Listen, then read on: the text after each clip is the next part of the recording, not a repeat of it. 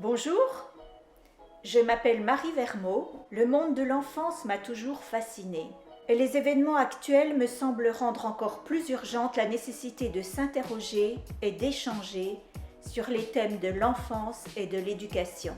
J'ai personnellement eu envie très tôt de défendre la cause des enfants. Je vais vous expliquer pourquoi tout au long de ma présentation en 4 points. Je vais d'abord vous dire dans un premier point qui je suis socialement parlant. Ensuite, je vous dirai pourquoi je m'adresse à vous et qui je suis d'un point de vue plus personnel. Je vous dirai comment je vois mon enfance. Et puis, dans un 4e point, j'aborderai la notion d'enfant intérieur. D'abord, vous dire en quelques mots qui je suis. Ce n'est pas facile de dire qui on est. Qu'aimeriez-vous savoir de moi? Je pourrais vous parler peut-être de mes études, vous dire que j'ai fait des études de lettres modernes, que j'ai une maîtrise de lettres, ou bien je pourrais vous raconter comment j'ai exercé le métier de professeur des écoles pendant plus de 30 ans, comment j'ai animé des ateliers de théâtre ou de philo pour les enfants, et comment j'ai pratiqué la médiation animale auprès de publics variés de 7 à 77 ans. Je pourrais ajouter que je lis beaucoup, que j'écris, que je peins, que je médite. J'aime la nature, les animaux, la vie, et les enfants évidemment. Je pourrais vous dire que je suis curieuse, ouverte sur le monde, désireuse d'apprendre à chaque instant, de comprendre et d'avancer toujours, et puis que je cultive la paix, la joie dans mon jardin intérieur. Mais est-ce que tout cela suffirait à légitimer mon désir de parler d'enfance et d'éducation? Parce que je n'ai pas d'enfant moi-même, je n'ai surtout pas envie de me poser en donneuse de conseils ou de leçons. Je pense ne pas pouvoir le faire mieux que tous les parents qui vous partagent leur expérience ou qui vous donnent des astuces qu'ils ont trouvées pour alléger ou gérer le quotidien. Je n'ai pas non plus envie de vous parler de psychologie de l'enfant. Là encore, d'autres sont mieux à même que moi de le faire. Ce que j'aimerais partager avec vous, c'est mon expérience d'être humain, cheminant sur cette terre depuis plus de 60 années et tentant de comprendre le monde dans lequel il vit. Ce monde qui évolue très vite actuellement et que votre enfant découvre, absorbe, subit aussi. J'aimerais qu'ensemble nous trouvions comment accompagner au mieux cet enfant d'aujourd'hui dans le monde d'aujourd'hui pour le conduire à devenir un enfant heureux et puis après un adulte heureux, équilibré, solide et adapté au monde de demain. Du plus loin que je me souvienne, j'ai rêvé d'un monde apaisé, plus chaleureux, dans lequel la vie serait douce. Du plus loin que je me souvienne, j'ai su que ce rêve n'en était pas un, que cet univers idéal existait juste derrière la paroi de nos limitations. Du plus loin que je me souvienne, j'ai cherché à traverser la paroi. Dans un 3e point, je voulais donc vous parler de ma propre enfance. Et ce que je pourrais vous dire, c'est qu'il m'en reste un grand sentiment de tristesse et de solitude. Je n'hésite pas à penser que ce sont les animaux dont je cherchais la compagnie qui m'ont aidé à vivre cette période de ma vie. Je n'incrimine absolument pas mes parents. Ils m'ont donné tout ce qu'ils pouvaient me donner et je leur en suis reconnaissante.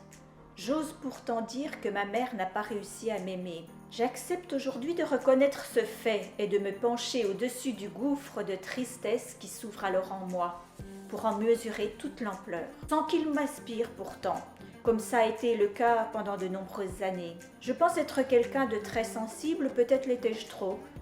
Enfant, j'avais des ressentis nombreux et parfois violents. Je n'avais pas le droit d'en parler. J'avais des sortes d'antennes qui me permettaient de capter des informations que j'étais obligée de refouler.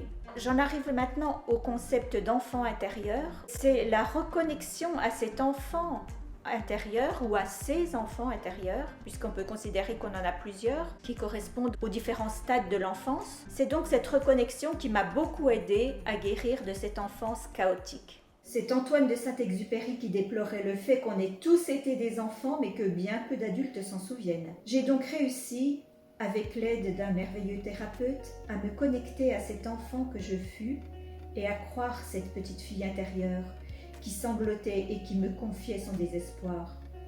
C'était fini de la rabrouer, de lui dire qu'elle exagérait. Aujourd'hui, j'ai pris son parti, je la soutiens, je la console, et je fais du mieux que je peux pour lui prêter enfin une vraie écoute et lui donner de l'amour. J'aimerais maintenant vous raconter une petite anecdote. Lorsque j'avais une 30aine d'années, j'échangeais assez librement avec une femme médecin homéopathe qui me suivait et avec laquelle j'avais fait des stages de danse, d'où une certaine familiarité entre nous. Quand elle m'a interrogée sur mon enfance, je lui en ai raconté quelques bribes. Elle a alors eu ce commentaire. « Ton enfance n'a pas dû être marrante. » Sur le moment, j'étais un peu interloquée, je n'avais pas de point de comparaison et je croyais que mon enfance, certes triste, était normale.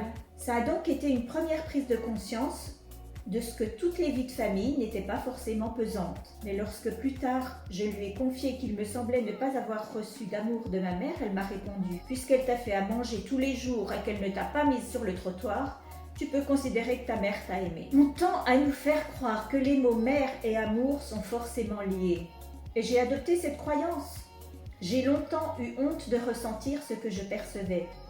Plutôt que d'incriminer ma maman, je me suis qualifiée de mauvaise fille. Une maman qui n'aime pas son enfant, c'est un sujet qui reste tabou. Et il m'a fallu bien des années pour démêler cet écheveau de souffrance et pour faire la paix avec ce passé que je ne peux finalement que remercier puisqu'il a fait de moi celle que je suis aujourd'hui. Et je suis une femme plutôt libre, plutôt heureuse, toujours en chemin et fière de celui déjà parcouru.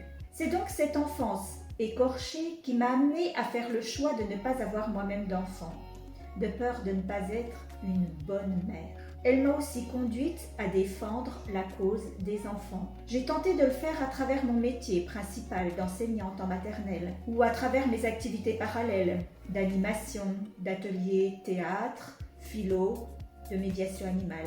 Ce monde de l'enfance m'a toujours émerveillée. Et je l'ai côtoyé autant que possible. L'enfance me semble une période incroyablement magique.